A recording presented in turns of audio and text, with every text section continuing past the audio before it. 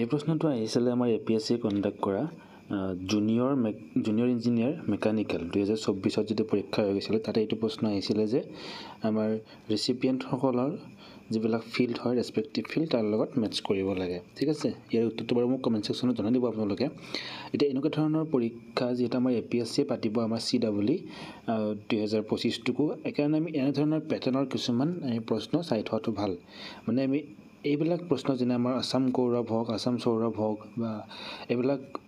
আমাৰ চাই থোৱাটো ইম্পৰ্টেন্ট তো আহক আমি 2024 চনৰ যিখিনি আমাৰ 2024 চনৰ হৈ গৈছে ডিক্লেয়াৰ কৰিছে অলৰেডি সেইখিনি কথা আমি জানি লওঁ প্ৰথমতে এইটো জনাটো আমাৰ দৰকাৰ যে তিনি ধৰণৰ আমাৰ এৱাৰ্ড থাকে সিভিলিয়ান এৱাৰ্ড আসাম বৈভৱ আসাম সৌৰভ আৰু আসাম গৌৰৱ এটা এক নম্বৰটো হল আসাম বৈভৱ সেকেন্ডটো হল আসাম সৌৰভ আৰু তিন নম্বৰটো হল আসাম গৌৰৱ এটা আমি 2024 চনৰ যিখিনি পাইছে সেইখিনি বিষয়ে আমি চাই লওঁ আহক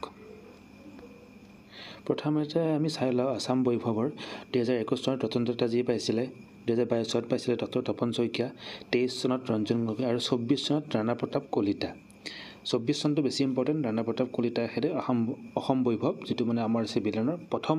এৱাৰ্ড ঠিক আছে মানে যেটো হাইয়েস্ট যেটো একেবাৰে এক নম্বৰটো ৰাণা প্ৰতাপ কলিতাই পাইছে এবাৰ হিল আসাম সৌৰভ যেটো 2 নম্বৰ আমাৰ হেতু কোনে পাইছে এটো সুব্ৰমণিয়াম ৰামাদুৰাই এটো তামিলনাডুৰ হয় এটো একাডেমিয়ান তাৰ পিছতে বাপ্পি পল যেটো আমাৰ হোজাই সায়েন্স টেক এণ্ড এনভাইৰনমেন্টাল সায়েন্সৰ কাৰণে পাইছে পুৰবী শইকীয়া যেটো লখিমপুৰৰ হয় তেখেতে সায়েন্স এণ্ড টেকৰ কাৰণে পাইছে দীপেন বৰুৱা আমাৰ আৰ্ট এণ্ড কালচাৰৰ পাইছে সিংগাৰ হয় তেখেতে হেমন্ত দত্ত দৰঙৰ হয় আৰ্ট এণ্ড কালচাৰ ড্ৰামাটিষ্ট আৰু উমা চেত্ৰী গোলাঘাটৰ হয় স্পৰ্ট ক্ৰিকেট এখেতসকলে পাইছে আমাৰ সেকেন্ড হাইয়েস্টটো লগতে আমি যদি 2023 আৰু চাও তেতিয়া হলে কিষাণ চান্দ নৰিয়ালে পাইছিলে এলবি চালি হাজৰিকা হিমা দাস আৰু নদিৰাম দেউৰিয়া পাইছিল 2023 চনত আৰু 24 চনতটো আমাৰ এইজনে পালে মাত্ৰ কলে সুব্ৰমণিয়াম বাপ্পি পল পুৰবী শইকীয়া দীপেন বৰুৱা হেমন্ত দত্ত আৰু উমা চেত্ৰী স্পৰ্টৰ কাৰণে কোনে কি ফিল্ডত পাইছে হেতু জনাটো ইম্পৰ্টেন্ট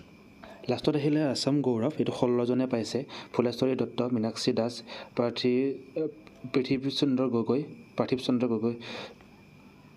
পাৰ্থী পাব লাগিছিলে ধীৰেন্দ্ৰনাথ পল হৰিদাস তাৰপিছত বিনং তেৰং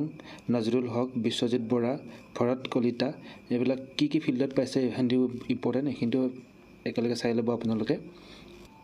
তাৰপিছত বাৰলাংফা নাৰ্জাৰী ৰাম সাসনী উপমন্যু বৰগোহাঞি ডেভিড প্ৰীতম গগৈ চৰণ এম বেৰেকুৰি ভিলেজ আৰু